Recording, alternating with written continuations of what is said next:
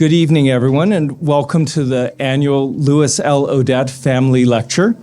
My name is Dr. Stephen Huang. I'm a physician specializing in general internal medicine, and I'm also a research scientist and the director of the MAP Center for Urban Health Solutions at St. Michael's Hospital in Toronto. I'm going to be your moderator for this evening. So for over a decade, the Odette Lecture has been a wonderful platform for leading experts to engage in strategic discussions about the issue of homelessness. This distinguished lecture series is a unique opportunity to look beyond the scope of our individual institutions and day-to-day practice and see the big picture and develop strategic solutions to the problem of homelessness.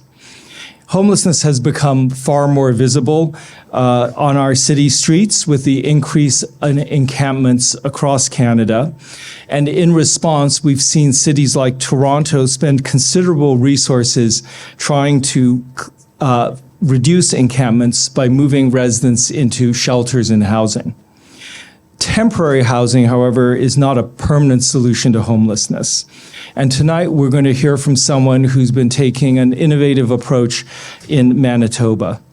Tessa Blaikie Whitecloud is the outgoing senior advisor on ending chronic homelessness for the Premier of Manitoba, wrapping up her tenure at the end of this month.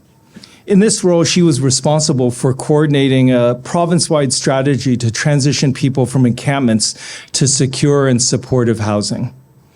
We're grateful to have Tessa as our keynote speaker tonight to hear about the challenges and successes that she's experienced in developing this essential new initiative, as well as what she's planning to be doing next and how that fits into her work. Following her keynote, Toronto City Councillor Alexandra Bravo and Maytree Foundation President Elizabeth McIsaac will join Tessa and me to discuss the steps needed to create stable alternatives to Toronto's encampments and end homelessness in Toronto. Before we proceed, I'd like to acknowledge that the land on which we live, work, and operate, Toronto, is part of the Dish with One Spoon Covenant territory and is the traditional and ancestral lands of many nations, including the Mississaugas of the Credit, the Anishinaabe, the Haudenosaunee, the Chippewa, and the Wendat nations. It's that land that is part of Treaty 13 signed with the Mississaugas of the Credit in 1787, also known as the Toronto Purchase, which was revisited in 1805 and 2010. It is still home to many diverse First Nations, Inuit, and Métis people. By acknowledging the land, we acknowledge our treaty responsibilities in sharing this land and to the Indigenous people who've been the traditional caretakers of this land since time immemorial. So thank you for joining us this evening, whether you're here in person at the YWCA in Toronto or online from across Canada. And as far away as Finland is my understanding. Your participation and interest in this important discussion are greatly appreciated. And now I'd like to welcome Dr. Irfan Dalla, who is Vice President, Clinical Programs and Equity at Unity Health Toronto.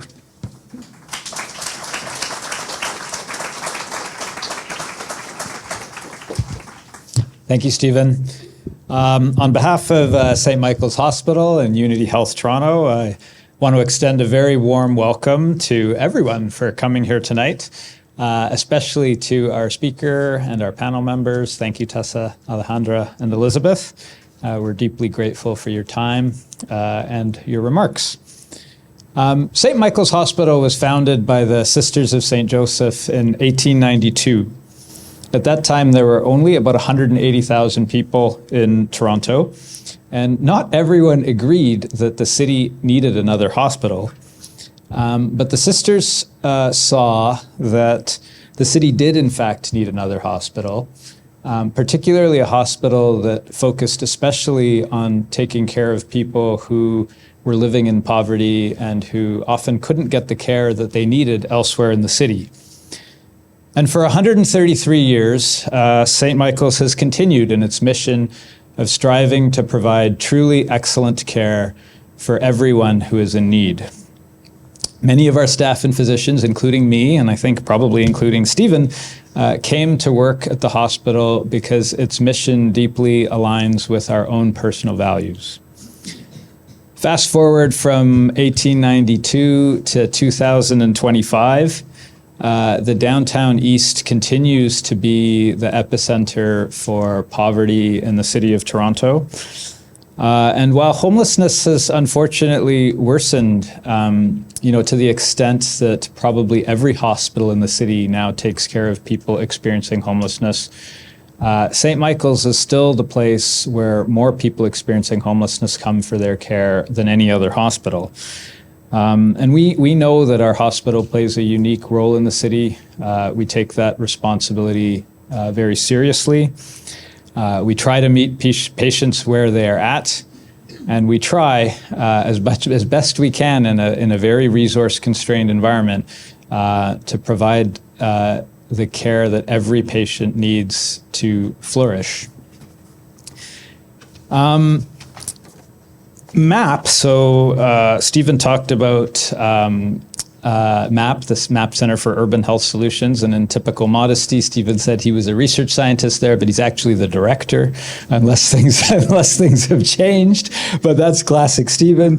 MAP's programs extend beyond the hospital's walls and offer wraparound services that aim to prevent and interrupt cycles of homelessness.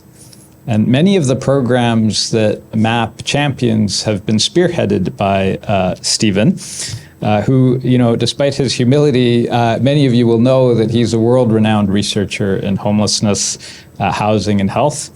For example, Stephen helped pioneer the Housing First model, a model that basically, prioritizes immediate access to housing without any preconditions, no condition that the person receiving housing has to stop using substances or accept treatment for a mental health condition. Like Stephen, I'm also a general internal medicine physician. So I've had the privilege of being Stephen's colleague and someone who's benefited from his mentorship for nearly 20 years. I'm proud to call Stephen a friend. You might know him as an advocate for people who are homeless, but I also know him as an extremely capable, caring, and compassionate physician. I also know him as someone who never wears a suit, so it was very, very strange to see him in a suit today. Stephen is really a humble leader who, inspires followership. We're really lucky to have him at the hospital. He's the best.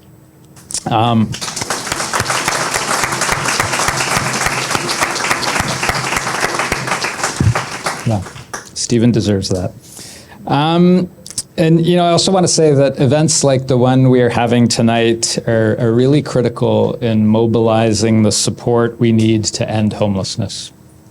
And today's event and a lot of what we do at St. Michael's is made possible by the P&L Odette Charitable Foundation. On behalf of St. Michael's, I want to extend our sincere thanks to the Odette family for helping us think big. Fran and Paul Odette are here with us tonight. Please join me in giving them a round of applause as well for their support.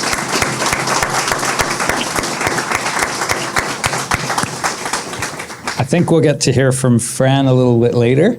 Actually, funny story. So I've known Fran for a while, but Fran is a patient and family partner at the hospital and actually a member of our patient and family council. And it was only about 4 hours ago that I put two and two together and realized that the Fran Odette, who I've known for a few years, is part of the Odette family. So, you'll get to hear from her tonight. Also, a really amazing human being. So thanks, everyone, and let me hand things back over to Stephen to introduce Tessa.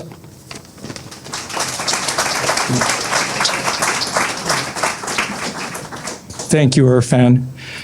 So now it's my pleasure to introduce our keynote speaker for the 2025 Lewis L. Odette Family Lecture, Tessa Blaikie Whitecloud. Tessa has worked in the homelessness serving sector since 2013. She's the former executive director of One Just City, which is an umbrella organization that was formed to create financial stability and greater visibility. I won't parse those words too much, to the outreach ministries of the United Church of Canada in Winnipeg. And then she subsequently served as the CEO of Siloam Mission, which is a Christian humanitarian organization that supports Manitobans experiencing homelessness, poverty, and mental health challenges. In January 2025, Tessa was named the Premier Senior Advisor on Ending Chronic Homelessness in the Province of Manitoba. In this role, she's initiated development of the province-wide strategy to house people directly out of encampments, with a goal of ending chronic homelessness in Manitoba by 2031. Please join me in welcoming Tessa.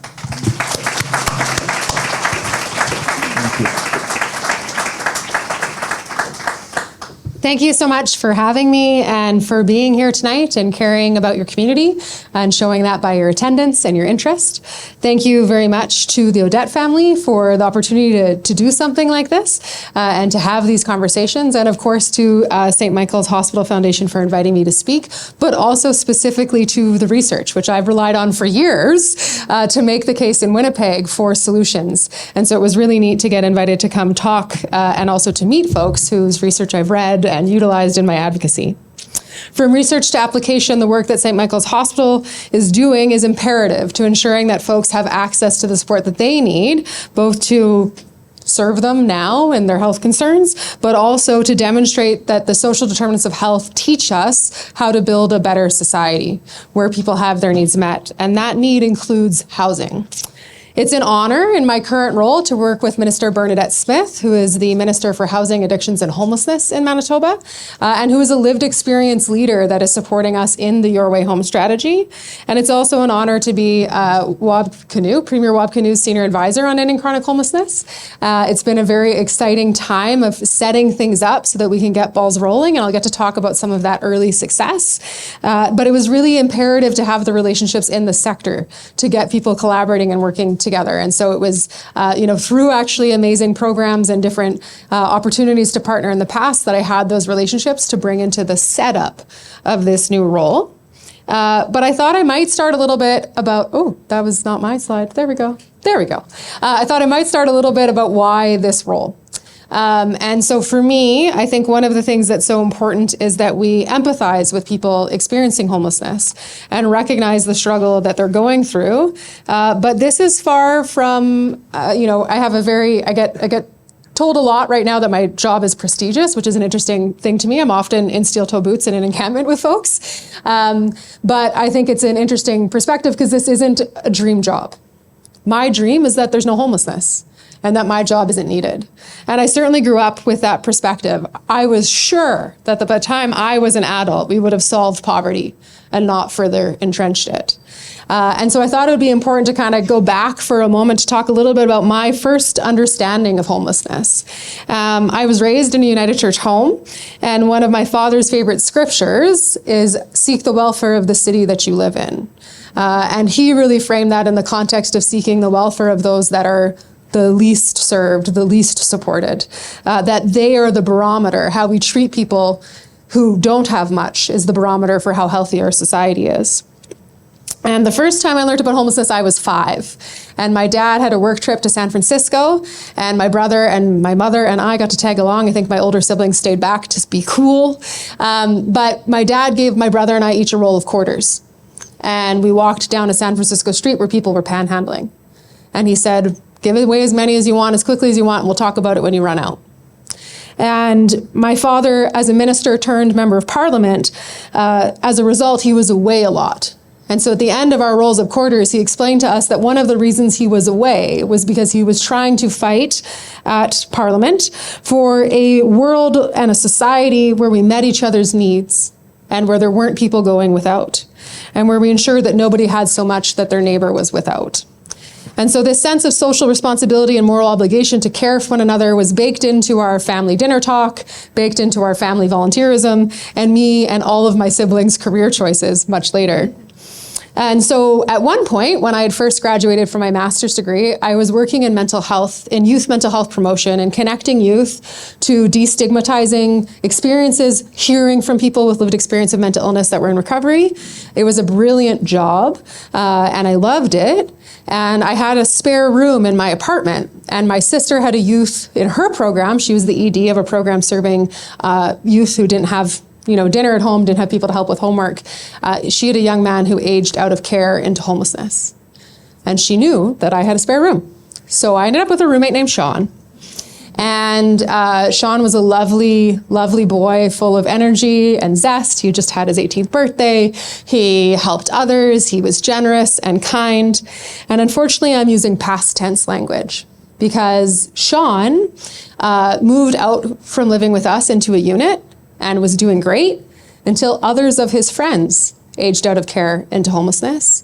And he moved them in, and he moved them in, and he moved them in. And eventually he got an eviction notice. And the day that Sean got his eviction notice, instead of reaching back out for help, which would have been there, he took his own life. And to me, working in mental health and having read studies about Housing First, or they were happening at this exact same time actually, I thought, oh, I need to pivot, because you actually can't talk about mental health, you can't talk about recovery, and you can't talk about wellness until your basic needs are met. And so just to lift the mood back up, recently I bumped into a woman as I was doing a tour through an agency called Downtown Community Safety Partnership in Winnipeg. And we're doing introductions and I'm walking along, and about 2 offices later, she comes back up to me and she says, "I know you." And I went, "Oh, okay, that's interesting." And then we played the game, which in Winnipeg is way easier than in Toronto. And we figured out, actually she figured out, when I said, "Well, I used to be the exec director of Salem." "No, I never went there." "Well, I used to be the exec director of Windsor City." She went, "Oh, you're JAWS," which means just a warm sleep, or getting out of the jaws of the cold, because it is Winterpeg. And I said, "Well, yeah, my team and I opened, in this instance, the first no barrier overnight space in Winnipeg at that time." And she said, "Yeah, it was the only shelter I was willing to access because I wasn't willing to not sleep beside my partner. And it was the stability of just a warm sleep." She says she slept there every single night our first winter. That gave me the ability to get into recovery and let me start to turn my life around. And today she's 4 years sober, and she leads a team of other Indigenous women, supporting Indigenous women on the street to get into detox, to get into gender-based violence shelters if that's what they need, to get into housing. And so that housing first becomes so imperative. So when I think about why I'm in this work, it is out of empathy, it is out of grief, and it is out of possibility. But it's also out of efficacy. I'm big on effectiveness. And so we know, actually recent data that was shared at the Canadian Alliance and the Homelessness Conference just last week, coming out of University of Toronto, that an emergency shelter can cost anywhere from $3,300 to $7,000 a month. The justice system response to housing somebody for a month is at least $5,000. Hospital beds, $14,000-ish per month. Again, not my data, but, and yet here in Toronto, an affordable studio could be around $1,300, and supportive housing around $3,000 a month. So there's actually a financial case for supporting people beyond the dignity and the ripple that Barb is proving. People on my teams in the past, both at Salem Mission at Windsor City, with lived experience, are phenomenal leaders and phenomenal caregivers in transforming this. So we can turn people's lives around literally, and then they will go and do it again and again and again, and the ripple impact is just so substantial. So when we talk about solving homelessness, we know that a lot of things work. We know that Housing First works because of great research. And we know that for a lot of people, that stability is that key piece. The other thing that we know works is flex funding. And so this was actually, again, at the Canadian Alliance on Homelessness, I was talking with Kevin Webb, who's from the Drop-In in Calgary, and he explained that they had a flex budget that was in like the hundreds of thousands of dollars. And I was like, we've never done anything like this in Manitoba, which is why it's so important you talk to your partners across the country. And so the idea of flex funding was, what if somebody comes in and we prevent their homelessness from go? So where did you sleep last night? Why did that fall apart? How could we get you back there? Well, I've been sleeping at my grandma's, but she's really frustrated that I haven't been chipping in for groceries. Would a $200 gift card and a note from a caseworker that you're working on a plan let you sleep at grandma's? And then you've never actually experienced homelessness. You've never identified as somebody who's experienced homelessness. You've never felt the burden of having your social circle say we're over you. and needing to go access that help. And so we instituted something like this at Salem Mission based off of a generous donor and a small grant. And Minister Bernadette Smith, in her wisdom and her listening, said, well, that's working. And it's now a project that's available to many, many shelters and service providers across Manitoba. So this housing loss prevention is a huge success, and it's completely individualized. So recently we paid for somebody's car to get repaired, because so long as he had a car, he could get to work, and so long as he could get to work, he could pay his rent. And we told the landlord, we're going to fix his car, we're going to pay his arrears, would you let him keep his unit? And he stayed housed, and he kept custody of his children. So this is like just being really innovative and person-centered. And thanks to Minister Smith, that's available more and more. Paying for people's groceries, as I mentioned in another example, or working through conflicts with landlords. So we have a housing loss prevention team at many of the shelters, or flex funding teams at many of the shelters now, who can say, what is it that brought you here? Is there a way to solve it right now before you actually use our services? So this is very specific in terms of what that person needs, and very broad and confusing when you read the reporting. But it's really exciting to see the diverse options and to be able to meet people exactly where they're at. Housing-focused shelter is also key. And when I worked yesterday, I mentioned that nobody should feel a sense of belonging in shelter, because nobody belongs in a shelter. But we can accidentally build beautiful communities in shelter, and then people don't want to leave. And so what we need to be working on in terms of housing-focused shelter, and Ian de Jong at OrgCode actually came and trained a bunch of shelters in Winnipeg on this. We all pitched in together, and we at Salem Mission tripled our housing numbers over the next year, because it was about everybody being willing to have the conversation with someone about what their housing looks like.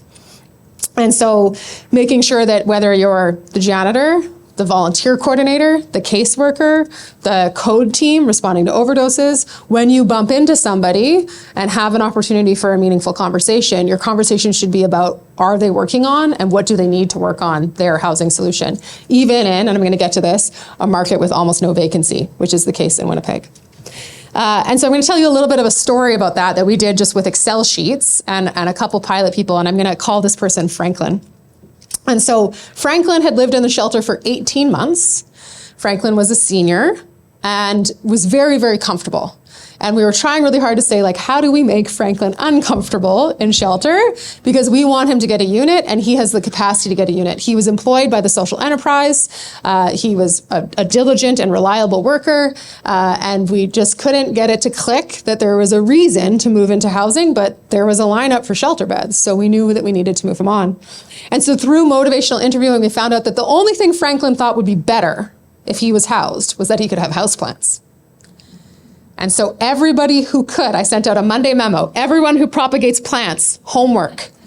And everyone who could brought in a plant, and they were on the reception desk. It was mainly me, I propagate a lot of plants. But we brought in a bunch of plants, and then everyone could talk to Franklin about the house plants that he was ready for, that he was gonna have. We jokingly called it Plantgate. And about 6 weeks after a concerted effort of everybody talking to Franklin about getting his own unit, because he was going to have his own plans, he moved out. And he continued to be employed at the shelter through the social enterprise. He continued to have belonging, which he needed to be successful in his housing, but now he was housed. And so it's also about, and we're working on systems to have this person-level data, because a team interacting with 1,400 people in a day can't know this about everyone, but we piloted it to prove that the impact was there. The other thing that we know is about eliminating barriers to service. So Barb's story wouldn't be possible if there hadn't been a space where she felt safe enough to access. And in this instance, that safety was coming from being able to access it with her then partner.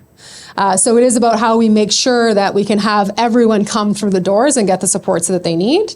And so this was a big part of my work at One Just City. Main Street Project's been a champion of this in Winnipeg forever. And the team that I got to lead at Salem Mission was pushing for this and made it happen while I was there, and continue to be a place that is behavior-based, which means that people can come in no matter their substance use, so long as they can be safe and be respectful. And when that doesn't happen, because we all have bad days, especially if we're struggling to survive, a restorative justice process is in place for people to re-enter and be back in the space.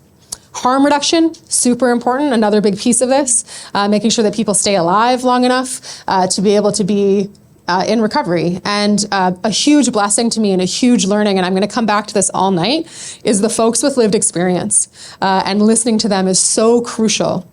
I remember, shout out to Jeff if he's watching, I had a teammate, and I was like, hey, we just got this donation of beautiful coats. We're about to have a whole bunch of graduations from our second stage recovery program, which was supporting people who had 6 weeks of treatment, 2 weeks of detox, 4 weeks of addictions treatment, who were supposed to be returned to homelessness but stay sober. So we built a 20-unit facility that they could live in for anywhere from 18 to, it was supposed to be 24. A couple people stretched it, but it made sense for them and it was person-centered. And I said, what about using these coats? And he said, that's a terrible idea, boss.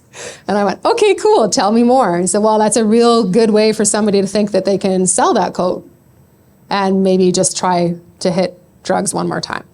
So it's really about listening to those lived experience voices and baking that into policy. So at Siloam Mission, there's a lived experience advisory council that actually makes decisions about programming, that can veto decisions about programming, and leads us through positive impact, as well as an Indigenous advisory council who's doing the same thing in terms of how we build cultural connection, how we build connection to ceremony and healing. A bit of a different context in Winnipeg. Over 70% of people experiencing homelessness in Winnipeg are Indigenous. And so it is really an impact from residential schools. It's really an impact from the 60s Scoop, a continued impact of CFS and child apprehension. And so we really need to make sure that all of our services are culturally sensitive, but more importantly, that there are pathways to cultural connection and cultural ceremony available at every moment for somebody were they wanting to access it. So then I got tapped. Minister Bernadette Smith and her team had designed the Your Way Home strategy, and they needed someone to come in and champion it. And for me, the only reason I could say yes so enthusiastically was first that I trust Minister Bernadette's vision, Minister Smith's vision. I trust Premier Wab Kinew's vision, but it started with units. Because the units are the core solution to homelessness. In many ways, obviously they need the right supports, and I'll talk about that. But units also are prevention, because so many people coming into homelessness are coming into it because they can no longer afford the delta between inflation and rent pressures in their finances. So Your Way Home is a strategy to support folks into housing. We've housed over 100 people. I put now likely because I had to hand the slides in early, but we're well over 100 people now. We've cleaned up 100 different encampments and returned them to park use or whatever they might have been. But we have a 95% retention rate of the over 100 people that we've housed.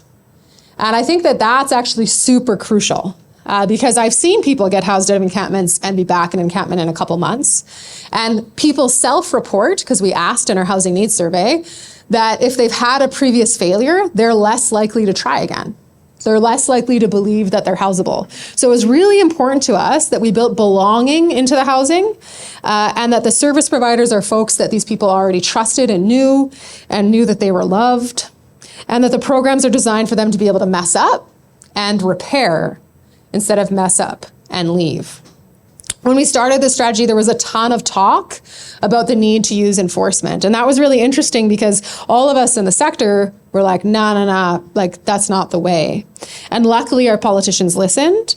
I think a big part of this is that there's this myth that people in encampments don't want to be housed. But on top of the over 100 people we have housed, we have 200 housing needs surveys done. So those housing needs surveys ask, do you want specific women's housing? Do you want specific queer housing? Do you want housing where you can actively use substances? Do you want housing where you're on a recovery path? So that we can know the housing we're building is meeting the needs of folks in encampments.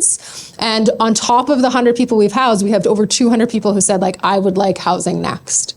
And over 70% of those people are active in meth substance use. Many of those folks are actually looking for recovery options. And so it was a way for us to get to know folks and to start those conversations. We've never had to use enforcement once. So in our first encampment, when we moved, we've moved a lot of smaller encampments that were like a couple or maybe 4 people or 5 people.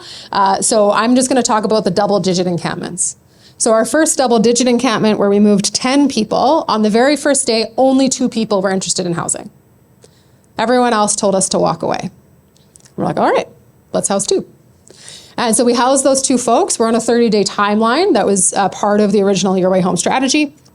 And so came back a couple of days later with the 2 folks who were housed to visit their encampment family and talk about how it was going. And 2 more people moved in that day. And 1 person knocked on the door later that evening and said, "Is it my turn now?" And a couple of days later, 2 more people. And finally, there was only 1 person left in the encampment. And we said, "What if you just came to visit? You don't have to stay. But let's take all your stuff because there's nobody here. There's nobody to watch your stuff." And so the outreach team, in this case, Main Street Project, picked him up around just before lunch. He stayed for lunch. He hung out all afternoon. He stayed for dinner. He hung out all evening. He said, "I could sleep here somewhere." And they said yes. And they gave him a unit. And those early folks we housed have been our biggest champions of getting other folks in encampments to know that this housing is safe, to know that this housing was designed with them in mind. And a big part of that is that the team that designed it at Main Street Project has a bunch of lived experience folks on it and a bunch of folks who've been doing this work for a very long time. So the second encampment, when we showed up, only 1 person wanted housing. In this instance, we thought there was about 14 people there. But on that day, there was only 10. And again, 1 person said, "Sure, please." And everyone else said, "Go away." And by day 15, so the first encampment took us 3 weeks. The second encampment took us 15 days. We'd housed 12 people because other folks had said, "Actually, I'd like to be housed with my sister who's in that encampment, or I'd like to be housed with my cousin who's actually staying in shelter." And we moved people in. Our third encampment became a little bit more of a struggle because once the team got there and people knew this is the next encampment that's getting a full move, people started moving in to get housing. So again, I just want to point out this myth that people don't want housing is a myth. And when you peel back the layers of that with folks, many say, "I just stopped hoping. So why would I want something I no longer could hope for?" And so I commend folks that are bringing hope to this. We also did meet resistance from people who were housed, who were hanging out in encampments to do gang activity. And so we've worked very closely with police around enforcement on gangs and keeping residents of encampments safe. But we haven't had to work with police on enforcement of moving folks out of encampments. In fact, police recently used a warrant in Winnipeg to search an encampment because they thought that criminal activity was happening and they did not know if it was someone's dwelling or if it was just that. And so they instead used a warrant and went through that proper process and were able to support that safely. It's a small minority of folks in encampments that don't want housing. We've housed over a dozen people who identify as 2SLGBTQ. We've housed dozens of active substance users. We've housed folks who are sober and are trying to stay that way. We've housed folks who've only been in encampments for a couple weeks and were new to Winnipeg. We've housed folks who've been living in encampments for years. We've housed folks who are women escaping domestic violence, sometimes in their housing and that led to an encampment, and sometimes in the encampment. We've housed newcomers. We've housed people with multiple limb amputations who were living in encampments to be able to actually get the care that they needed from their encampment family. And often, when folks are resisting housing, we're finding underlying conditions like acquired brain injuries, like untreated mental health issues, or, as I mentioned earlier, simply most often because they'd stopped hoping. So your plan needs to bring hope. And then it's overwhelmingly a majority of encampment residents that say, "Yes, house me, and can you do it faster?" So who is experiencing homelessness? And so this is very Winnipeg specific. I learned some interesting numbers around Toronto, but across the province, we estimate about 7,000 folks, and the census count in Winnipeg said 2,500. These are people most recently displaced by the fires of this last summer, but also from floods in the past. Seniors who've been priced out of their housing due to fixed incomes is a growing population of people coming into homelessness. Youth who've aged out of care, like Sean. Women of all ages, men of all ages. 2SLGBTQ people are overrepresented because of stigma and because of barriers in renting or barriers in feeling safe at home. And Indigenous people are significantly overrepresented due to the colonial impacts of residential schools, the 60 Scoop, and other systems of ongoing oppression. So why can't people rent a place? Rent is more than people can afford. So I heard the numbers here that you get about $800 towards your rent a month, but an average unit's around $1,500. That's or $1,200. That's a pretty big delta. In Winnipeg, people get $600 to $800 a month, depending on what that's looking like, and rent is around $1,000 or $1,100. Damage deposit and down payment savings are just unrealistic. And shelters or encampments can feel safer. I recently actually toured a building in Winnipeg that 155 people live in, but CMHC would consider net new housing if we fixed it up, because there's 7 bathrooms for those 155 people. And so sometimes it feels safer to live in an encampment than it does in the housing that's available. And a negative rental history record is a significant barrier. We have a person on the Lived Experience Advisory Council at Silo Mission, and she's a vet. And so her only rental history is from when she was 20 to 22, before, in her own words, I joined the Army to get myself straight. And so now, as a senior trying to rent who's lived in Army housing her whole life, her rental record says that she's an irresponsible teenager, even though she's in her 60s and is a military veteran. But more importantly, in Winnipeg, there's just a crucial shortage of housing stock, and here, a crucial shortage of affordable and deeply affordable housing stock. So every month, about 100 units come available, but 3,500 people are fighting for them. The picture's not much better across Canada, but across Canada, we also need to be thinking about mental health and brain health. So research done in Winnipeg pointed to 80 to 90% of people experiencing homelessness in Winnipeg having at least one acquired brain injury, sometimes multiple. US research showed that 30% of all adults entering homelessness had an acquired brain injury. And research more recently done here at St. Michael's Hospital Foundation talks about 45% of men experiencing homelessness having experienced a brain injury, and 87% of those having experienced it before they first experienced homelessness. So we can start to see that homelessness is an outcome of acquired brain injury. And so I wanted to put this slide up because I think when we talk about homelessness, I'm a sociologist and political economist by training.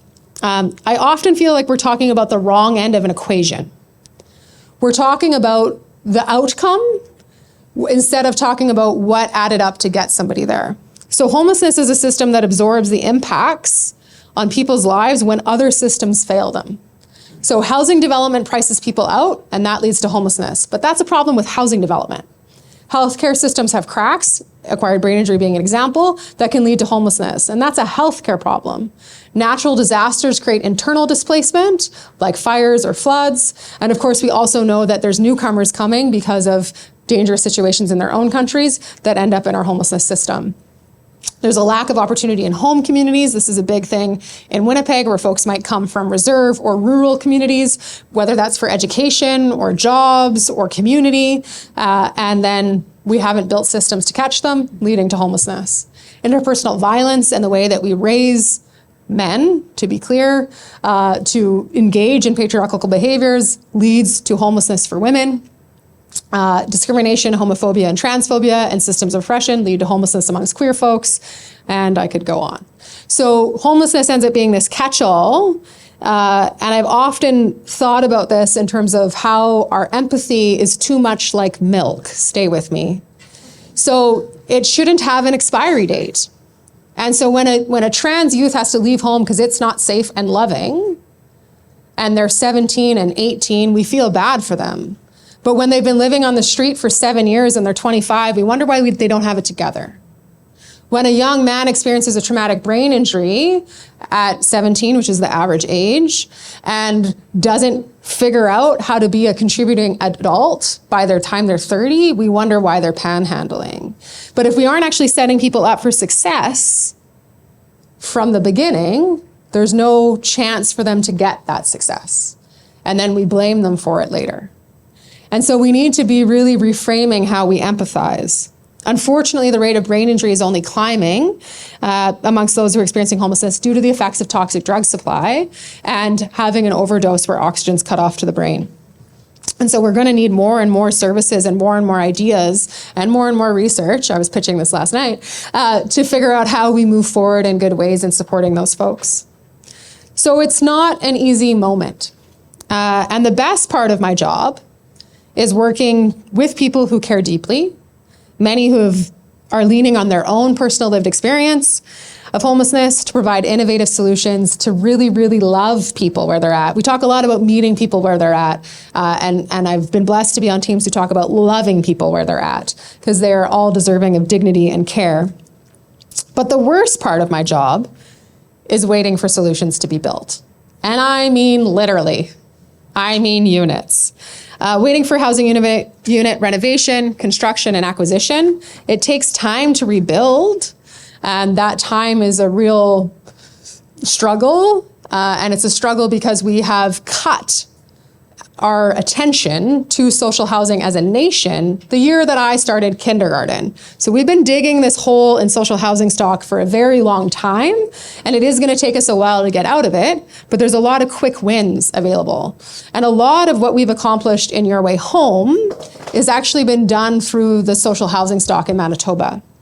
And so we have the plan launched with a commitment to 300 units. Many of those units are owned by nonprofits in partnership with the government, but a lot of those units are actually in Manitoba Housing. And what we found was there were neighborhoods and housing units where support services would be added to the entire building. Yes, they were caseworking the new participants coming out of encampments, but we attached the supports to the whole building, and the whole building started to thrive, and the whole building started to transform. I toured a building very early in my tenure in February, and the renovations and everything got finished just in the last couple months. I toured it again recently, and it was a complete overhaul. Crime calls have gone down in that building by, I think, over 40%. It's been an amazing transformation, and we're moving 68 people into that building before Christmas. So it's really exciting. We're finding ways to make sure that folks in subsidized housing benefit from their neighbor moving in instead of creating tension. So now there's a meal program, and do you need to opt in? And now there's an art program, and do you want to come? Or recently someone in a building had a crisis and they weren't a participant, and the team responded with love and care and dignity and caseworked that person through that crisis. So it's also about recognizing that the supports are for everybody. And so when we talk to service providers about this, we say, yes, we're attaching you to these folks coming out of this encampment, but you need to think about this whole building as a community that you're creating, as a community that you're linking together. But ultimately, we need units. For many folks, we're trying to make sure when we're asking them to leave an encampment that we're giving them two options. So sometimes that's options in transitional housing and permanent housing, both of which have supports. Or sometimes that's options through flex funding to maybe reconnect. We've flown people home to families that we made sure were willing to accept and house them. And we've reconnected people with those supports. Some people want an environment that's mixed right off the hop. They just want to get back to life as normal. And others are really nervous about being in an environment where not everybody else has been in an encampment because of internalized stigma or fear around stigma. And so options and agency and autonomy and listening to lived experience folks about what they need is crucial. But all of it's only possible when there's a unit. So why isn't there enough housing in Winnipeg? I'm sure it's a similar story across Canada in terms of the commercialization of housing. There's not enough housing in Winnipeg of any type for the population, to be clear, but especially of social housing. And you won't know this if you're not from Winnipeg, but we have a real big rivalry with Regina in football. It's a thing, sports. And Regina has 8 social housing units for every 20 low-income people. And I'm like, why don't we try to beat Regina on this? Because Winnipeg only has 3. And so we're in a clear deficit in terms of those social housing units. And when we think about that in the Canadian context, from 2011 to 2016, for every 16 units, we lost 16 units for every 1 we built nationally. And there was a bunch of agreements coming out of the post-war boom that were tied to 50-year mortgages with 50-year operational agreements, and they're all expiring. And so right now we're also losing units across Canada that are mainly supporting seniors. And then we're like, whoa, there's a lot of seniors coming into homelessness. Definitely correlated, if not clearly causal, but I haven't read research on it yet. And as a nation, we're building about 20,000 social housing units, but we're losing roughly 46,000 to disrepair, to fire, to gentrification, etc. And so in Canada, we need to make sure that we're building housing across this entire spectrum. So you would know this, housing exists on a spectrum. Some people call it a ladder, but I think that people plug in where it makes sense for them. And that's why I like the language of spectrum. There's no prerequisites before moving up, thanks to the research around housing first. But I think that we need to make sure that people have whatever housing looks the best for them. So we at Silo Mission, when I worked there, managed housing, and it was old dorms. And people loved it. That was the amount of space that they wanted. And we managed housing that had a full kitchen. And that was great because that's what some people wanted. And we managed housing that was very transitional. And that's what people want. Like, you need to be doing the same amount of diversity and the same amount of different types of housing as there are people among those experiencing homelessness, which is not a homogeneous group at all.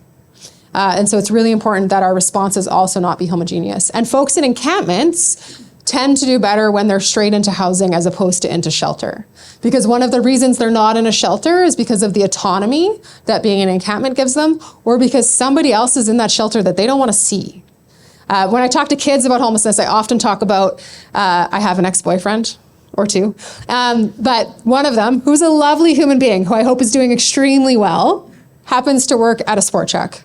And I don't go to that sport check, right? And we left on good terms. It was amicable, but I don't want to go there. And now if you think about people experiencing homelessness who've experienced trauma, who've experienced struggle, who have maybe been abused or sold themselves for drugs or whatever the case might be, there's going to be a whole bunch of reasons that they don't want to access certain spaces because someone else might be there. And so it's really important, again, to provide that choice.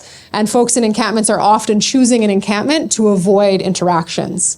And so it was really important for us that we gave people lots of options in terms of where they plugged in into housing. When we think across this continuum, we also know that we're going to need different types of supports in those spaces. So some people are going to need 24/7 support. At one of our housing projects, we have peer leads on each floor, and they're your first point when there's a conflict. You take it to the peer lead. The peer lead gets an honoraria and a cheaper rent, and they help navigate that, and then they ask staff for help if they can't solve it themselves. But that's very, very rare. In another instance, we want to move people also across the continuum to home ownership. And so there's a really cool project with Purpose Construction in Winnipeg, which is trying to build intergenerational wealth for Indigenous families by making home ownership accessible. So there's all of these different elements to housing and how we think about housing, but ultimately there's just significantly not enough housing. And then what happens is shelters become housing. So this is a slide that breaks down the age of folks using Siloam Shelter, where a stayer is anyone who uses the shelter, and 25% means they stayed for 3 or more out of the last 12 months, 50% means 6 or more, and so on and so on. So 100% would mean that they stayed for 100% of the last 12 months. And we can see that especially for seniors, this is becoming more and more the case in our shelters. And in many instances, this is folks who've battled homelessness their entire life and are now seniors. But in many instances right now, it's seniors who, due to inflationary pressures, are becoming to experience homelessness for their very first time in their 60s, 70s, and even 80s. And a couple folks actually like this that I have bumped into have shared their stories with me who've fallen for fraud scams and lost everything. So seniors are a growing population, and there isn't going to be a moment where their income increases. There isn't going to be a moment where they get back to work. There is potentially a moment where they also develop a substance use addiction, because that's who else is in the shelter. There's also potentially a moment where, and this was breaking my heart for a while, people are getting treated for cancer by home care in a shelter bed. Right? And so we need to do way better at moving these folks on, because this is creating into housing that works for them, into housing that's accessible, into housing that's designed with their needs in mind, especially their aging needs in mind. Because this is what's filling up the shelters, which means that somebody coming into homelessness tonight won't get a bed. And so this movement becomes really important. And while this crisis is decades in the making, I do think there's a lot of reasons to hope. And so I will get there. But the defunding of post-war social housing programs began in 1984. At that time, at one point, we're at a high of 40,000 units built in a year. And then we dipped to about 2,000 annually in 1993 and forward. So if we actually think about the amount of housing units that we are short as a country, and we do the math, if we had been building at 40,000 units a year, it lines up perfectly. We literally made a decision at some point to prioritize a balanced budget over continued housing investment and landed where we are today. In Manitoba, only 800 units of affordable housing were built from 2016 to 2023, with fewer than half of those being social housing units rent geared to income. So now we have new language. So I often talk about affordable housing, and now I have to talk about deeply affordable housing, because we redefined affordable housing to be 10% less than median market which means completely, totally unachievable. And now there's also deeply affordable housing, which means rent geared to income, where somebody should be only spending about 30%. So this challenge can really feel insurmountable. And so for shelter providers, I gave away what I'm about to say. For shelter providers in Winnipeg, one of the things that we did was we came together and we said, okay, what does it look like if we all started pivoting towards doing housing instead? Because others aren't going to build it. And we've landed in a space where actually other people are coming to the table to help build it. But we need to start doing housing. And so Silo Mission in Winnipeg recently committed publicly to 1,000 units in the next 10 years, and they're going to get to 100 by the end of next fiscal. Main Tree Project is currently building over 100 units right now. Sunshine House, which is a queer-led and queer-serving agency, has its first 15 units under the Your Way Home strategy and is working on their second building right now. And so many groups are pivoting towards housing as the solution. They're also remembering to celebrate the wins. So here's just a couple quick quotes from folks that were housed out of encampments thanks to the Your Way Home strategy. Judith says, "This place is like a warm blanket, and I love it here." Important to note that Judith moved in winter, so the warm blanket was more important. Darren said, "I'm a father to 4 boys, and I've never actually been in their life. I'm finally able to reconnect and try to figure out how to be a supportive dad." We're also at a pivotal moment where I think that we're shifting the conversation from homelessness as an issue that happens to a person to homelessness as a systems issue that needs systems interruption. And for me, one of those big interruptions in Winnipeg is the housing stock problem. Having a bad affordable housing stock pushes people into homelessness when something falls apart in their housing, and solving housing stock therefore is prevention, and affordable housing stock is also the solution. And so I'm really excited that starting December 1st, I will be president and CEO of the Collaborative Housing Alliance, which is a public sector, private sector, and social sector coalition designed to bring social housing units online to make sure that we can have the right housing for all Manitobans. And I'm awkwardly going to play a video that I'm in.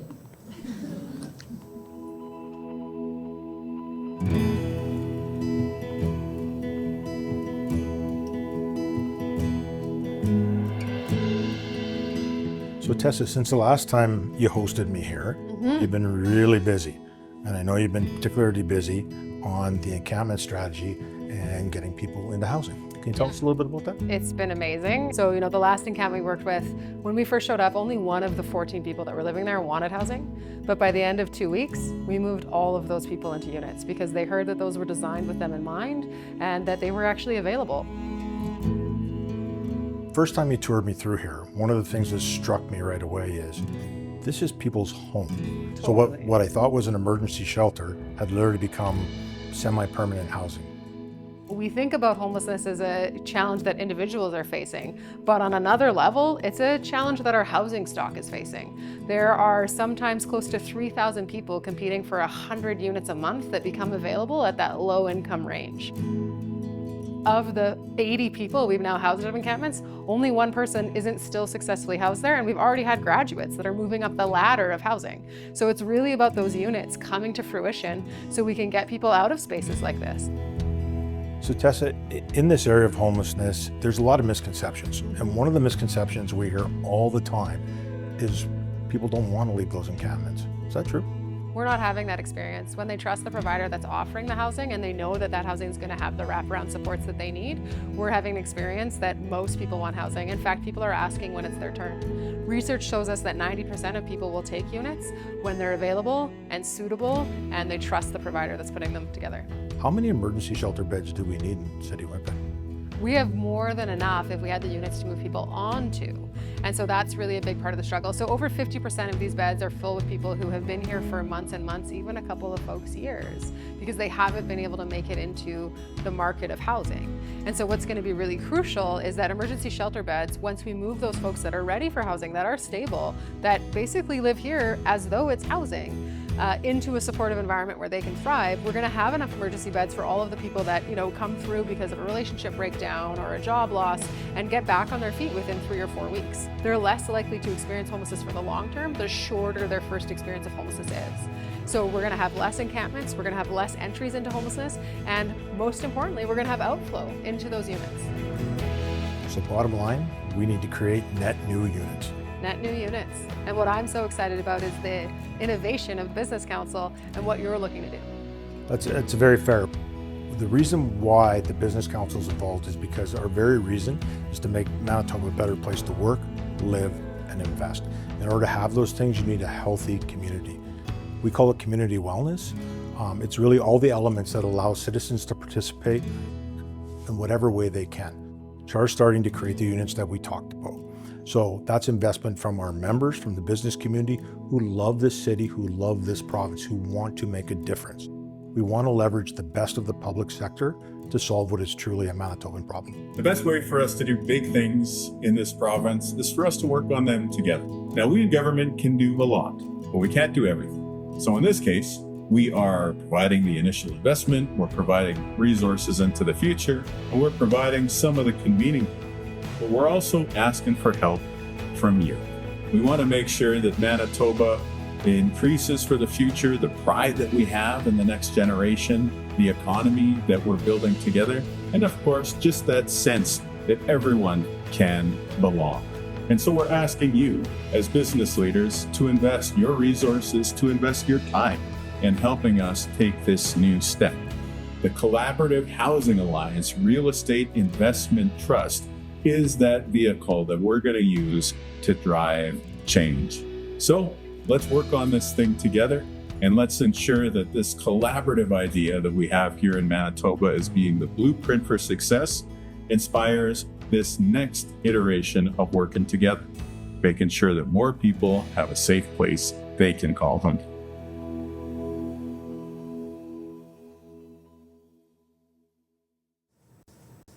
So collaboration has really been key from go on this entire strategy. And now this next evolution of it is how do we drive social change using some of the tools that got us into the situation. So how do we flip a REIT on its head and have it actually build the type of housing that we need to solve homelessness? And so the Business Council came to Premier Wapkanu with this idea when he first got elected. He said, go talk to Tessa. If she's behind it, I can get behind it. And we worked collaboratively to design it in a way that it was going to address deep affordable needs for units, as well as affordable needs for units, all the way up that housing continuum. And so the Collaborative Housing Alliance is where I'm going next, which is really exciting and feels just like a natural evolution for me of what is the real barrier, what's the real solution. And the real solution is having these units available. There's beautiful systems of collaboration in place now under Your Way Home, where we have groups who come together to say, we've got linens and we've got pots and pans and we've got cleaning supplies and we've caseworked this person and we've talked to their home care worker and we know how to build those wraparound supports. That's how we got to 100 with such a high retention rate. And so those systems are in place, and what's needed is more units to be able to support that. So what have we learned so far? People want housing. The fact that they don't is not a fact. It's a lie. It's fake news. As long as they trust who's offering it and it meets their needs, people will be keen to move in. People want community and belonging more than they want housing. And so unless you're designing that housing with belonging in mind, you are not going to succeed. As a provider, you need to plan for relationships to change once people are housed. This was a key learning for us, especially when people moved in as couples and survival relationships felt less necessary once everybody was safe and at home. So we now have an extra unit in all of our buildings available for breakdown of relationship, where we can then support that person to be safe for the night and figure out a plan moving forward the next day. Lived experience leadership is a key to success. And we're so blessed in the province of Manitoba to have Minister Bernadette Smith championing this file. This is heart work, which means it's hard work because you care about people and you will lose people along the way, or people will have struggles along the way. But it's really imperative that we just keep showing up and doing the right thing. People also want fast results. Much of that is grounded in empathy for the people that they're watching struggle, especially because we have a very, very harsh winter. But a lot of that, or some of it, is pure frustration, because there has been a lot of talk about transformation. And so even though we've housed over a quarter of who we've counted in encampments in the first year of the strategy, we're getting pushback all the time that it's not fast enough. But sometimes the fastest way is to move slow, because you need the right relationship. You need to understand that person's complex needs. You need to understand what might challenge them once they're in housing and how to work it through with them. And while it's taken a lot of time and lack of investment for us to end up in such a deep housing crisis, which then creates a more entrenched and challenging homelessness crisis, we can have real improvement very quickly. When I started at the province, they announced those units. None of them existed. And now over 100 of them are tenanted, and we've had 5 graduates, and we have people moving into permanent housing out of transitional housing, creating new availability in units that already existed. We're doing that flow through and that coordinated work. And so the more people you bring together to work collaboratively, the more successful you're going to be. So I often get asked, as I started this, is there still a dream, and do I still believe that solving chronic homelessness is possible? And my answer is absolutely. Homelessness will still happen, but it should be brief and non-reoccurring and quickly resolved. And it will take all of us together. It will take the private sector, it will take the philanthropy sector, it will take the business sector, it will take the public sector, it'll take the social sector for sure. They're who know people and know how to love them where they're at and build them up, and so they can turn around and help other people.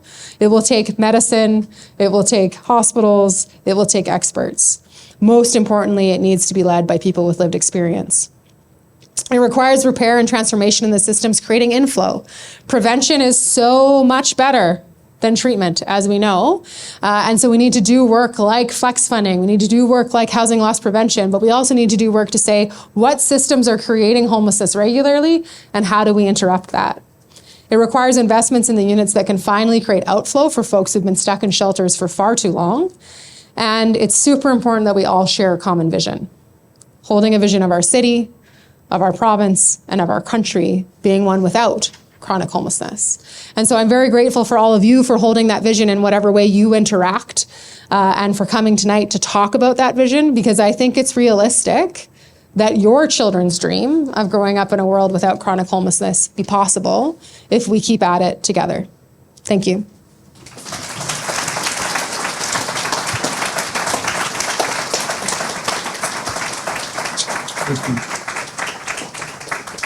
Thank you, Tessa, for those incredible remarks. I think what we're going to do is move directly into our panel discussion now. So at this point, I'm going to invite Councillor Alejandra Bravo and Elizabeth McIsaac to join us up in the chairs, and Tessa, you join us up here as well. So just to introduce our panelists, Alejandra Bravo was elected as City Councillor for Ward 9 Davenport in 2022. She's currently chair of the city's Economic and Community Development Committee. She's also a member of the Executive Committee and the Toronto Board of Health, and also the TTC board. Alejandro has a 25-year history of leadership with civil society organizations, including the Broadbent Institute and Maytree Foundation. An adult educator and facilitator by profession, Alejandra helps communities understand and influence government decisions that impact them. Elizabeth McIsaac is president of Maytree, leading the organization's work to advance economic and social rights in Canada. She previously served as Maytree's Director of Policy and was the Executive Director of Maytree's Toronto Region Immigrant Employment Council. She also currently serves as chair of Making the Shift, which is a youth homelessness social innovation laboratory at York University, and she's chair of the City of Toronto's Housing Rights Advisory Committee. So welcome, Alejandro and Elizabeth. So I'm going to take a seat right next to you, but I just wanted to start the conversation off perhaps by asking you, Alejandra, to reflect on what you've heard and how they are relevant to the City of Toronto's current situation and what your thoughts are for the way forward. Thank you. Thank you so much. I want to qualify what I'm going to say first by sharing with you that before I was elected, this was not my area of expertise. The one thing I knew was that 30 years ago, provincial and federal government made really bad policy and funding decisions to get out of supporting the building of affordable housing and housing in general. That said, becoming the chair of this committee and just coming in with the enormous interest that I had in making sure that we are attending to what is a Canadian crisis, I have to say there's so many great things hearing about your way home that have a lot of resonance with what the City of Toronto is doing.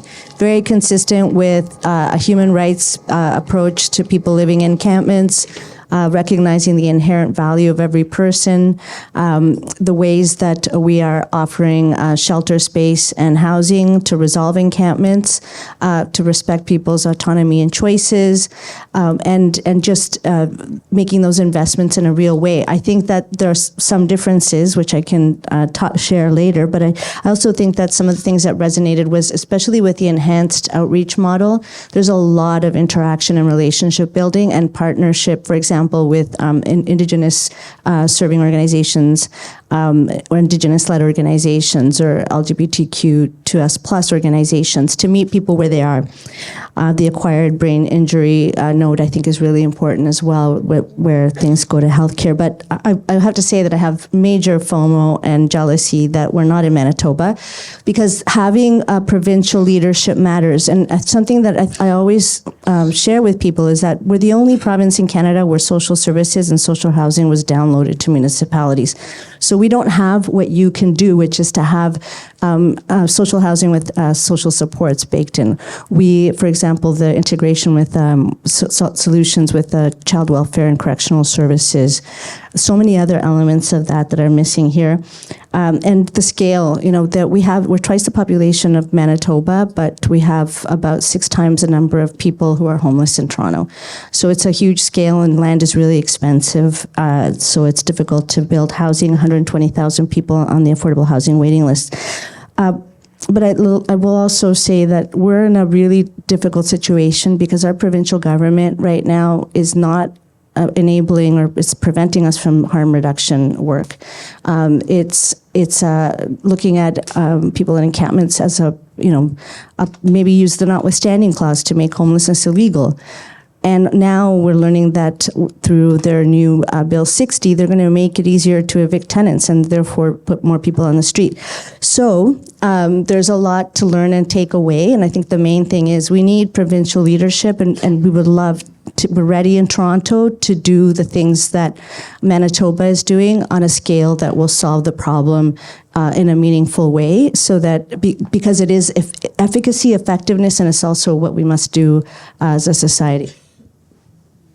Thank you. Elizabeth? Now? Yeah. Great. So there's not really much left to say. That was just an incredible overview, Tessa, and it is inspiring to hear what can happen when government actually digs in and says, we're going to put money to this, we're going to put effort. I think a lot of what you talked about as well, although maybe not explicitly, spoke to the issue of ensuring systems are in place.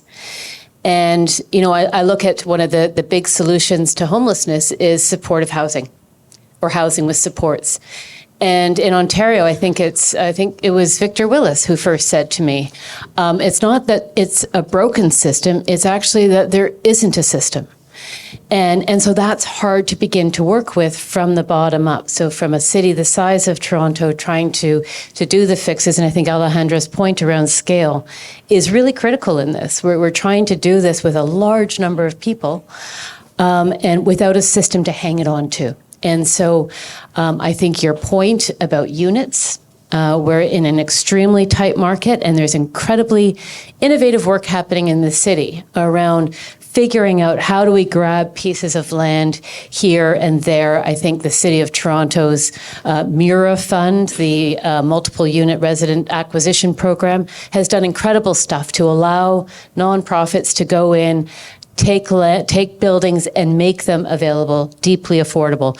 And those kinds of policy pieces are critical to protecting the supply that we desperately need, because we are like you. We're tight for units. It's going to be what the solution is. Shelters are not the solutions. They have to be temporary. They have to be just on the path to something else, because that isn't the right to housing. It's a core obligation. So in the world of human rights, and I sit on the Human Rights Advisory Committee at the city, basic shelters, someone being able to come in from the cold to get that warm blanket, is actually a core obligation that governments, states do not have a choice. It's not discretionary. That is a core obligation of the state. Realizing the right to housing and ensuring people have adequate, affordable, secure, safe, culturally appropriate, proximate to services, all of those elements around the right to housing, that is understood as progressive. We go at that progressively. We keep moving forward. It doesn't happen overnight. But the access to being indoors in a country like Canada is non-negotiable. So we do need to look at not keeping people in shelters for long periods of time, but really getting to the units, getting to the right supports around the units. And I'm just going to finish off by saying the city does not have the fiscal tools or the legislative capacity or authorities to do everything it needs to do. It has to be all orders of government working together.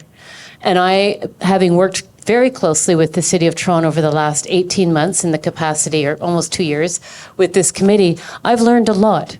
It's been a steep learning curve. But a lot of what I've learned is that we really need to have a better engaged solution partner at both orders of government. We got a federal budget yesterday that did not deliver on the promise of the big, bold, generational housing answer. And we have, as Alejandra noted, a provincial government that is actually creating more hills for us to climb in terms of inadequate social assistance, inadequacy around a system for supportive housing, undoing rental protections, lack of regulatory frameworks around protecting renters. And so that is the challenge that we have. But with all of that, I'm still going to be hopeful, because I'm going to take your message on hope. I often talk to my teams in the past, because there's moments where you won't have hope. And that's okay. In those moments, harness your grit. Because I feel like grit is the most important part of integrity. And it's about doing the right thing regardless of the result. And you might not see that result for a while, and you might bump into that result on a tour and find out that they're now helping people get out of homelessness too, right? So I think it's even when that hope feels really elusive, harness your grit. Maybe I'll jump in to put us on a more good news path, because I think that it's really remarkable that when Mayor Chow was elected, she came in with a single purpose to ensure that we did more on housing. So the City of Toronto accounts for 65% of housing starts right now. So everyone says build more housing. Well, guess who's doing it? The City of Toronto, using public land, partnering, putting in incentives for developers, making approvals for developers that are willing to do affordable rental in record time, not years. I heard 90 days. So I think that there's really good work being done here. And also I will come back to the question of between shelter and housing, what does it mean? And there's a new youth shelter coming in my ward, just blocks from where I live. It's 50 beds. If we had started trying to make housing, we would have a fraction of the youth in there. But the new shelters are convertible to permanent housing. For now, I think we have to hold on to the idea that we can have better shelters as a first step into home, because we can't manufacture the land, and it's very expensive. So what do we do in between? I think that I understand that shelters are temporary, but we can make them safe and better. I just want to reflect on what Alejandra and Elizabeth have said and turn them into two questions for you about what your successes in Manitoba. So the first is creation of units. So do I understand it correctly that the province is funding the creation or the renovation of existing social housing units, and that's one of the keys?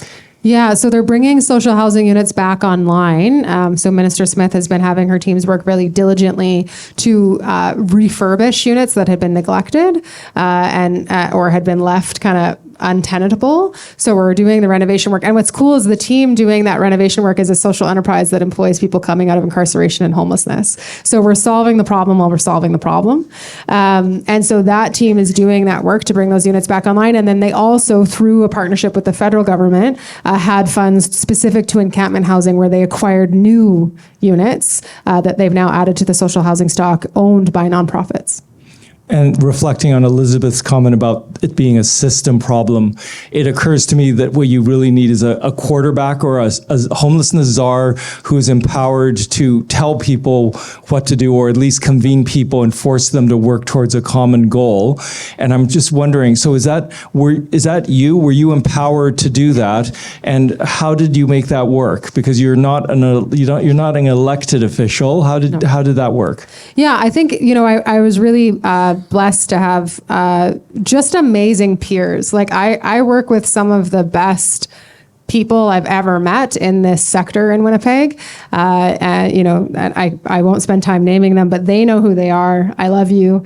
And we've had each other's back through the hard when we've lost folks to drug poisonings, whether that's, staff or participants. We've, showed up when somebody's building is flooded. We've scrubbed sewage on each other's floors. And so when I got asked to be the quarterback of this strategy, working with people I trust, like Minister Smith and Premier Rob Canoe, and this whole sector of people, it was like, yeah, we can do that. And we knew, I knew anyway, because I had a couple programs made possible by donors that kind of had me reaching into other agencies and supporting through a food program during COVID that we administered at One Just City, but we served 18 different agencies food through restaurants because a donor had a relationship with One Just City and had a relationship with some restaurants. And so I had connected with a bunch of these different agencies. And so I was like, oh, I know that you do furniture, and I know that you do this, and I know that you do that. So it was really about inviting the right people to the table to work collaboratively. And there's some folks who are like, we're overwhelmed, we can't be at the table, or we're doing our own thing, we don't want to be at the table. And I'm like, hey, cool, like keep doing what you're doing and reach out if you need help. But then the people who could be at the table worked collaboratively. And it's been that way in Winnipeg, in my understanding. I kind of explained it to someone, it might have been you. We're very used to pushing each other's cars out of the snow. So like when you see a car stuck in the snow, you're not like, oh, I don't know who that is, I'm not going to help them and drive by. You immediately are like, okay, do I have the right boots on? I'm going to get out. Where's my shovel? Or, my trunk is full of kitty litter. So we're used to that. And so it's very much so that same mentality, that same togetherness that the Premier was talking about, that kind of came into this work and that permeates our social sector. Everybody is there because they believe that our relatives experiencing homelessness deserve better, and we're all working together. I just want to say a few words about an exciting initiative that we're working on here in Toronto that kind of is along the lines of what you're describing. So MAP has been part of a collaborative team working with the City of Toronto, the Shelter Support and Services, and the Housing Secretariat to move 100 people from living on the street and encampments into supportive housing units. So our goal is to move 100 people over the next year, and to do that by working with our outreach teams, the city's outreach teams, and also providing enhanced support teams that will go out, mobile support teams that will work with people and support them as they make this transition into housing.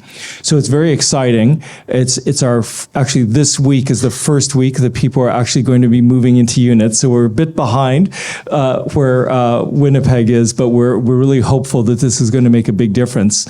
I think that one question I did want to ask is that where our model depends on supportive housing, because that's the units that we have available. And I'm wondering, do you think that it is better to use a combination of supportive housing and scattered site, or are you primarily putting people together in clusters? So this is an interesting question because the answer is everything. And the reason that the answer is everything is Your Way Home is what's happening at a provincial level in terms of investment, but the city's on board and supportive, and the federal government is funding intensive case management already. And so like we didn't touch that. We were like, that's great, you're doing that, keep at it. And now we're also going to add systems in place to support folks specifically out of encampments. But we've also done things like create relationships with groups doing intensive case management so that they have a pathway right into a social housing building. And we've done things like ensure that by attrition, they can fill those units for folks coming out of shelter through the critical intake desk. And so that desk also prioritizes pregnant people looking for social housing, people coming out of hospital in need of social housing, and other groups looking for social housing. And so we created pathways of relationship in particular buildings to make that easier for providers to wrap supports around people. In terms of the supports, though, the wraparound supports are key in this.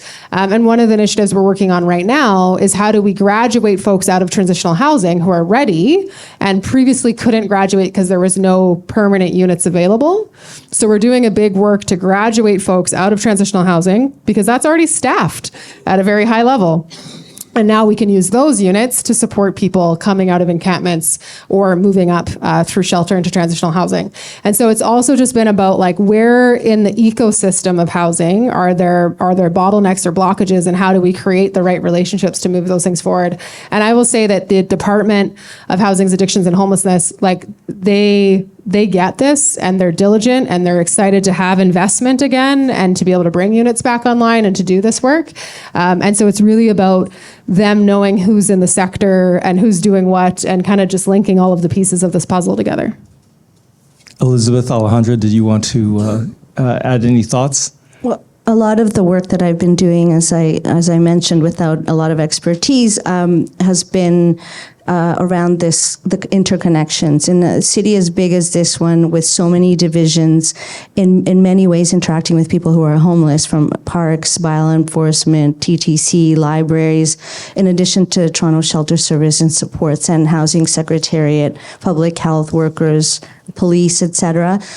We moved direction to have a more of all of local government approach, more seeing like the entire board, and that work is going forward. I think that the connections between shelter and social housing, the kind of following the person with the care work or case management approach is really crucial. And I've seen when the rapid rehousing happened from encampments into Toronto community housing buildings, sometimes those transitions weren't successful because Toronto community housing is providing affordable housing for people, rent geared to income housing. It's not a provider of the social services and supports that are required for success. And so there's some learning that's happening out in East Scarborough. I've taken the transit out. It takes about an hour and a half from my place, there and back a few times. And I can see that everyone at the table, including the healthcare partner, and that's, I think, a really big element that's missing here, is that the care worker, the case worker with the person who is at TCH or is in an encampment, has somebody to provide on the other side, on the healthcare side. If there is no person to connect with, it's easy to lose. It's really easy to lose contact. And I think that the examples that you gave were really the whole following people right from through the whole continuum and continuing to have that relationship while they're being housed. And we have the example of Dunn House in Toronto, but if we could have 150 or 200 more beds like a Dunn House, I think we would see a massive, massive change in the city of Toronto. We need the provincial and federal governments for that. And I should echo Elizabeth's deep disappointment in the announcement yesterday. We thought that we were going to have a real partner to build because we're ready to go in the city. And I think collectively as a movement, we have to keep pushing. The numbers were there, it was just for military. Yeah. She said it was military money. Am I working now? No. Here. There. Thank you.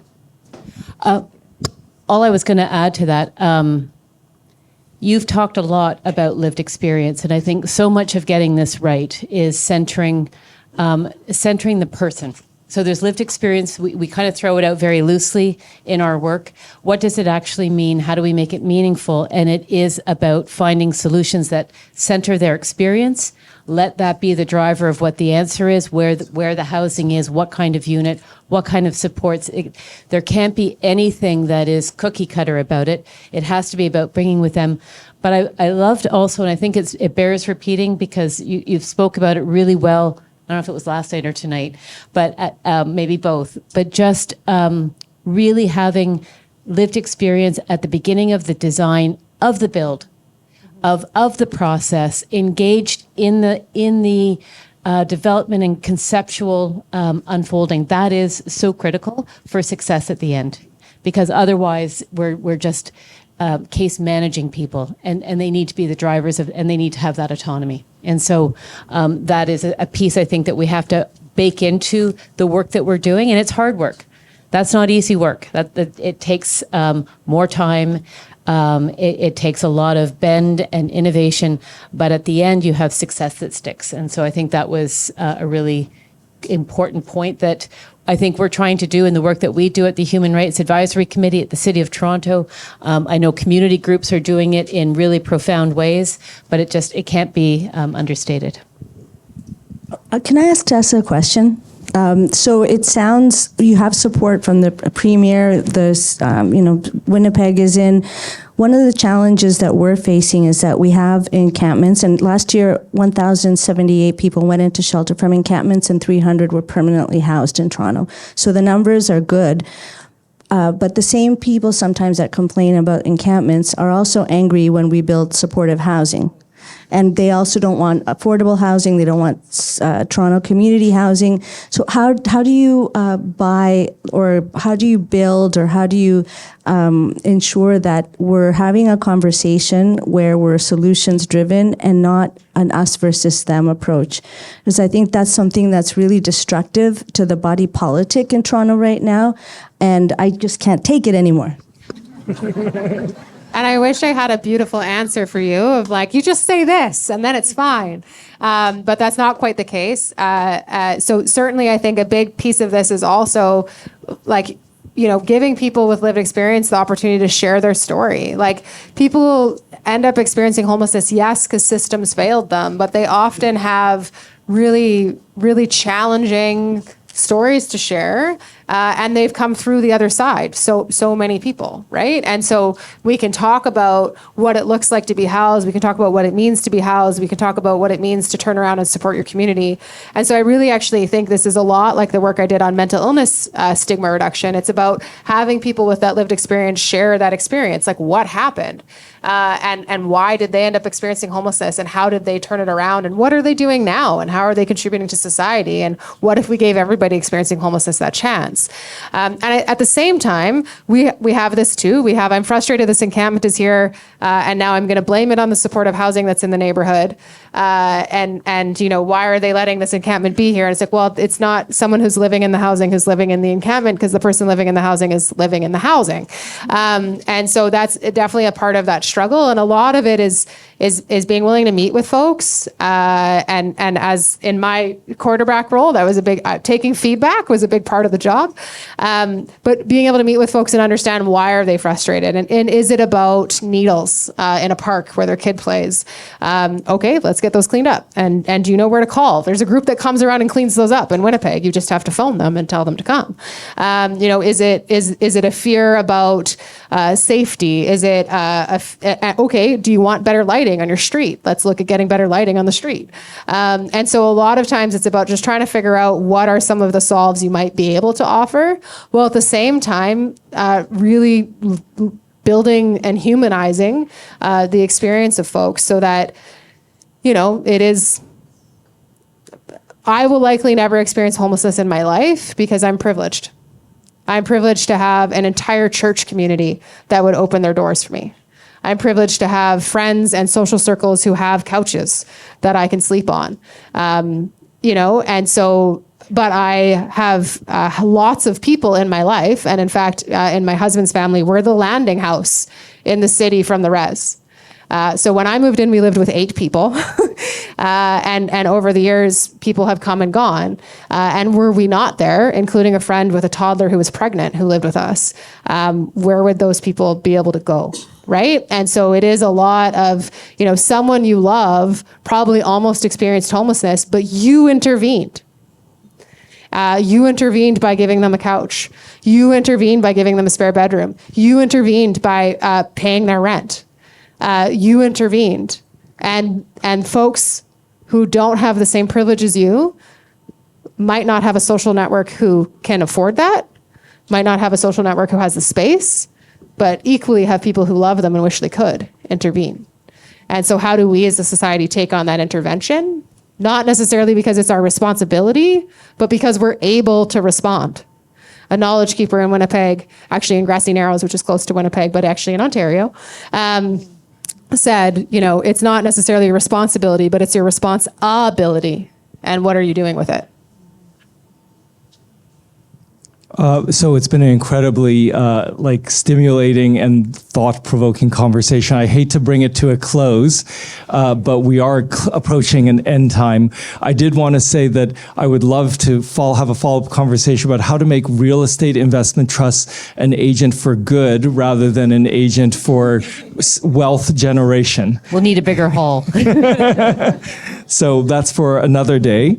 But as I think we're all aware, the aim of this event is to stimulate conversation, innovative and new thinking about how to solve the problems that we all face together and how we can end homelessness in our communities.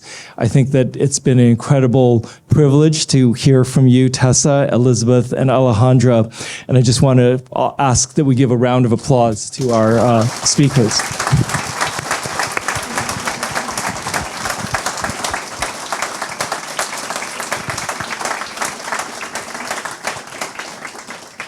This is work that we at St. Michael's Hospital are doing in partnership with everyone in the community, and it's a privilege to be a part of this conversation, to collaborate with those who share our passion for making a difference and creating a better community for everyone and ensuring that everyone has a home.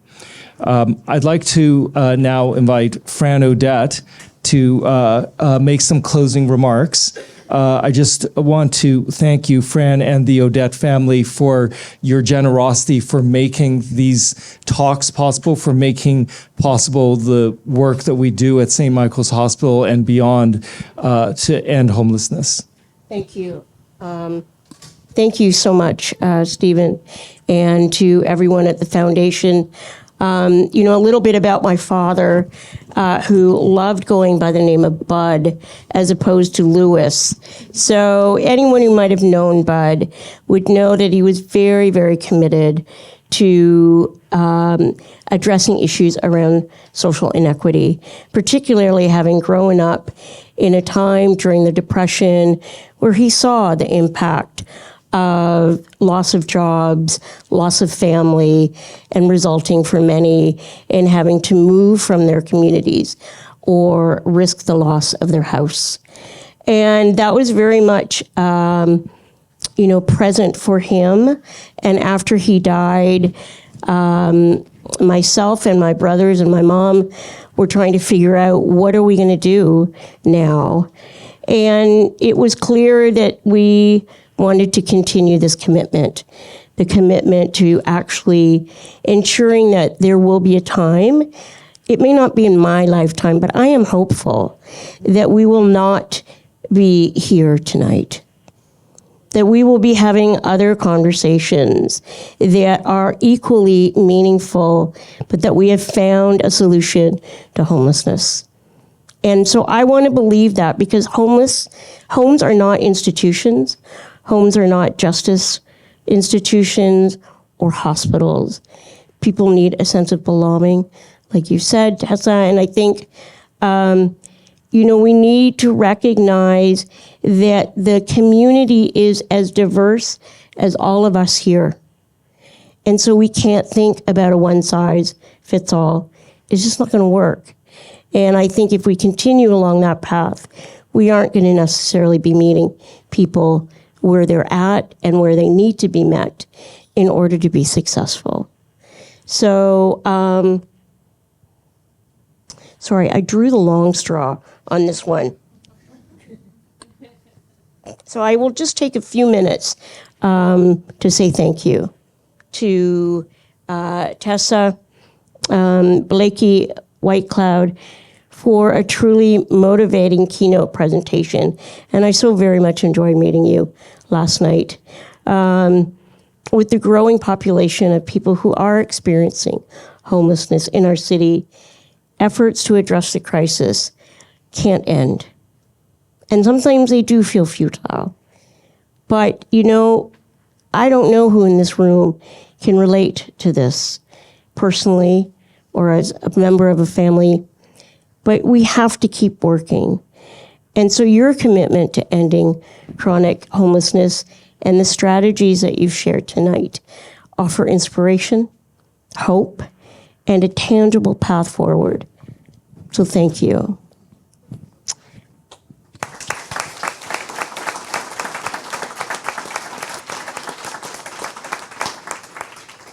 Councillor Alejandra Bravo and Elizabeth McIsaac, thank you for sharing your thoughts and experience, and clearly a commitment to making our city healthier and more equitable for everyone to live. I'm tired too of the us and them. So thank you for pointing that out. It's all of us, folks. And at any moment, it can change.